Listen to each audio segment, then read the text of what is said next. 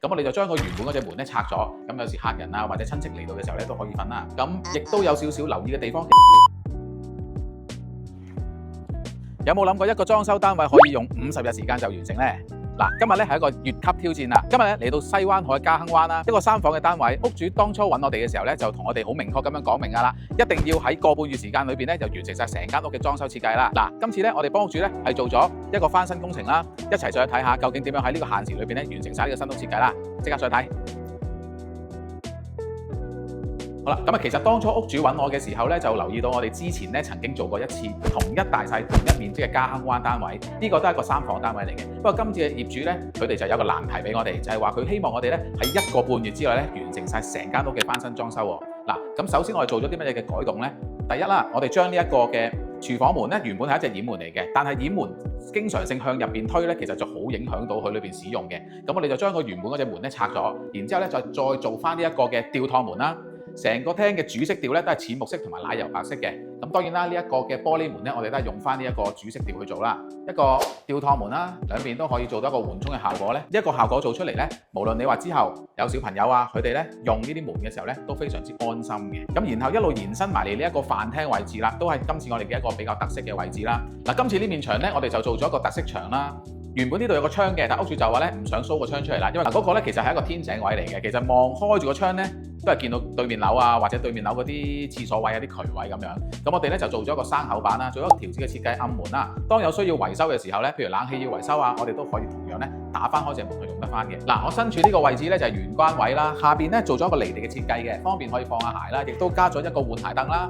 埋邊呢個位置咧都係放鞋為主嘅，因為呢邊其實原本有一個斜角位嘅，咁我哋就都係做翻一個少少 L 型嘅一個儲物櫃咧，一路咧係延伸到窗台嗰邊嘅，中間就做翻個中空位啦，用咗一個雲石嘅飾面咧去做呢個台面嘅。咁一路延伸過去嗰邊會見到咧有一個大型嘅書櫃嘅，因為屋主都同我哋講咧就係話小朋友都好多書嘅，咁啊希望有一個大型少少嘅書櫃啦，就喺個客廳嗰度，等佢可以隨手咧都可以攞到一啲書嚟睇啦。咁通過呢個大型嘅書櫃咧，一路延伸到窗台嗰邊咧就係一個梳化位置啦。後邊咧我哋都做咗一個圍身特色牆，用翻雲石嘅飾面嘅。有一個位都想講下，上邊咧嗱，正常就會見到個冇乜特別嘅冷氣位啦。其實我哋都有啲心思位嘅，因為當初屋主咧就話咧好擔心日後如果冷氣壞咗嘅話，咁係咪要成幅牆拆咗佢咧？咁就唔使嘅。我哋呢一度咧有一個組件咧係方便日後如果假設壞咗要換嘅話咧，拆咗個組件出嚟咧，直接就可以換冷氣啦。就算冷氣嘅 size 咧同依家個 size 唔同咧，都一樣換到嘅。咁一路延伸過嚟呢一邊啦，就係呢個客廳位置啦。咁啊正話啱啱梳化位對面，其實呢個係個 TV 櫃嚟嘅。咁亦都啦，顏色方面咧都係呼應翻㗎啦。全個廳咧都係淺木色，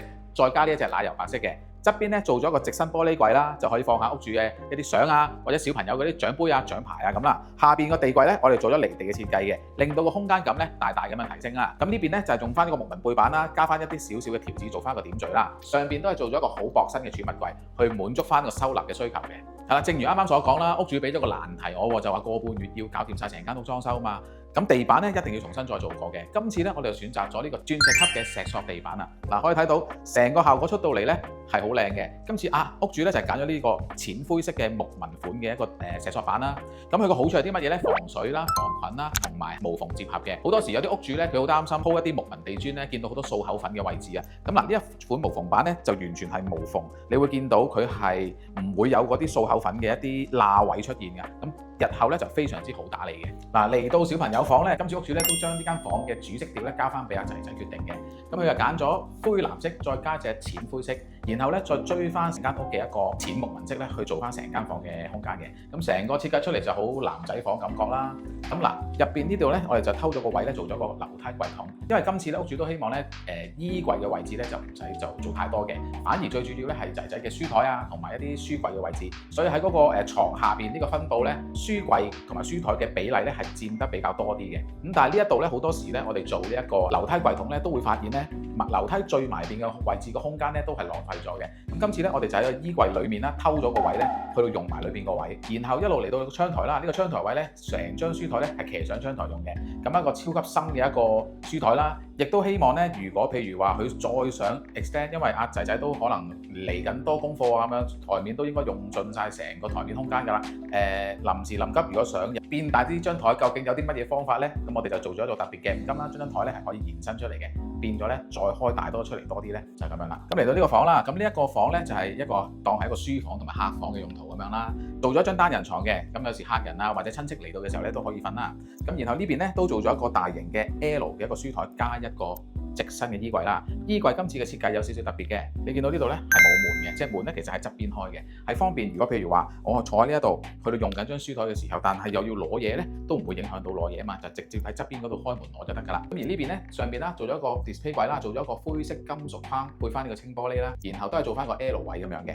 下邊咧都係一個大型嘅 L 書台啦，顏色方面啦，床頭都用咗一個灰藍色啦，再加翻同翻個客廳呼應翻一致嘅淺木色同埋奶油白色去做翻呢間房嘅主色調嘅。好，嚟到主人房啦，亦都係今次一個比較重點少少嘅設計地方嚟嘅喎。嗱，首先顏色方面咧，都仍然係呼應翻成個廳嘅，因為屋主希望去到唔同嘅空間咧，都係呈現翻同一樣嘅感覺嘅。只係個床頭啦，做咗一種灰藍色嘅一個床頭箍筍啦。門口入嚟嘅時候咧，有個主人房廁所嘅，再行入少少咧，做翻一個嘅趟門衣櫃啦。因為呢一個嘅房間咧係一個鑽石型嘅房嚟嘅，咁我哋咧想淡化佢個鑽石型咧，所以由呢一個衣櫃延伸過嚟咧，就做翻一個斜角弧形嘅一個書台書櫃啦，去淡化咗呢個鑽石型嘅房間啦。咁亦都有少少留意嘅地方，其實做咗一啲嘅改動嘅，包括啦冷氣機位咧，我哋係幫屋主咧上邊咧做咗一個嘅儲物嘅角仔啦，順便咧亦都收埋呢一個冷氣機嘅一條喉管嘅。咁之前嘅冷氣機咧就放喺個衣櫃上邊，咁屋主就覺得好唔方便喎。咁我哋咧就將個冷氣咧就改咗喺門頭嗰度，然後咧就做翻一啲修飾嘅木殼啦，就通翻出去出邊。日後咧維修好方便嘅，衣櫃打開咧裏邊有個生口位。咁如果譬如話個冷氣機個散熱壞咗要換嘅話咧，其實打開個衣櫃咧，開翻個生口咧，就可以見得翻嗰個維修窗啦。咁然後一路落嚟呢邊啦，我哋今次咧都係做咗一個半地台，即係之前都介紹過啦。半地台即係話我哋唔係全間房做晒地台嘅，係局部做地台啫。亦都區分咗咧書台呢邊嘅區域啦，同埋床啦，即係睡眠區域咁樣嘅。其餘嘅位置咧都係做翻一啲收納櫃啦。床頭呢邊做翻一個細細個床頭櫃仔，方便充下電啊、叉下電話，咁啊好方便嘅。咁呢一個嘅波浪形嘅書台啦，可以睇到其實裏邊咧個實用性都係好高嘅，而且我哋做呢一啲嘅弧形嘅 design，其實嗰個除咗個靚之外咧，其實佢係因為都係有一個實用性喺度，亦都可以做到一啲防撞嘅一啲位置啦。呢啲位做翻啲圓角嘅話咧，就冇咁容易撞親啊嘛。今次嘉亨灣嘅設計單位咧就介紹到嚟呢度啦。如果咧你嚟緊新屋想裝修，又或者想喺最短嘅時間裏邊完成晒新屋嘅翻新設計嘅話咧，歡迎留言話俾我知啦。記得 follow 我哋嘅 channel 啦，一有新片咧第一時間通知你嘅。我係 Benny，下次見，拜拜。